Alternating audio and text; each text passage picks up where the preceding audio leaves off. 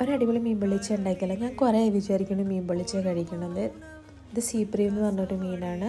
അപ്പോൾ മസാലയ്ക്ക് ആവശ്യമായിട്ടുള്ള ഈ മുളക് പൊടി, മഞ്ഞൾപ്പൊടി, കുരുമുളക് പൊടി, ജീരകപ്പൊടി, പിന്നെ മിക്സിയുടെ ജാറിലോട്ട് കുറച്ച് മല്ലിയില, പുതിനയില, ഇഞ്ചി, വെളുത്തുള്ളി, കുറച്ച് തൈര്, നാരങ്ങ നീര്, വിനീഗർ എല്ലാം കൂടിയിട്ടൊന്ന് കറക്കിയിട്ട് ആ ഒരു മിക്സ് നമ്മുടെ പൊടിയിൽ നന്നായിട്ടൊന്ന് മിക്സ് ചെയ്ത് കൊടുക്കുക. കുറച്ച് പച്ച വെളിച്ചെണ്ണയും യൂസ് ചെയ്തിട്ട് ഉപ്പൊക്കെ കറക്റ്റായോ നോക്കിയതിന് ശേഷം മീനിൻ്റെ എല്ലാ ഭാഗത്തും ആകുന്ന രീതിയിൽ നന്നായിട്ട് മാരിനേറ്റ് ചെയ്ത് വയ്ക്കുക. ഒരു അരമണിക്കൂറൊക്കെ വെച്ചാൽ മതിയാവും.